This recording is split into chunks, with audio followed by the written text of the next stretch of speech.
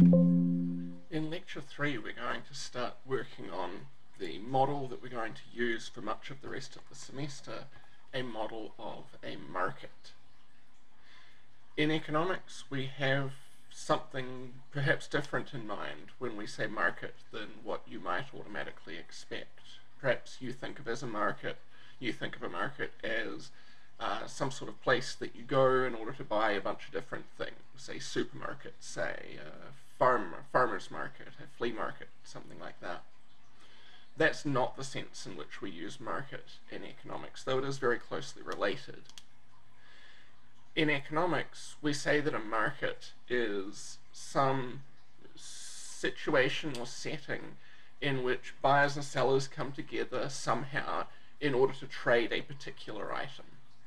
So we have a particular item in mind, we think about those buyers and sellers, and we think about the way in which they come together in order to trade, the rules by which they trade, and so on. So I've got some examples listed here. The market for wholesale corn in north central Ohio. Very definitely an important market, and one where we've got buyers and sellers who might come together in order to trade that corn. The stock market's actually a bad example of this because that's very similar to the supermarket or farmer's market situation where we've got lots of different products.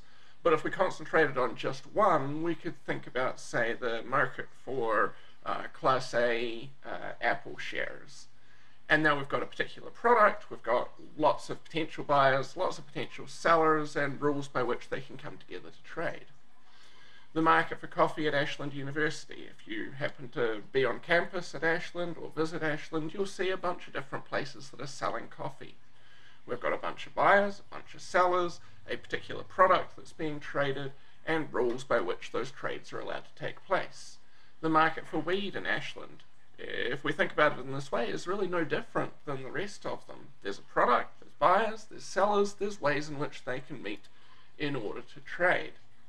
So all of those things, all of those markets that I described are the type of markets that we're going to be studying this semester. We've got a product, we've got people who want to buy, people who want to sell, trades taking place, rules by which these trades take place, and that's what we need for a market.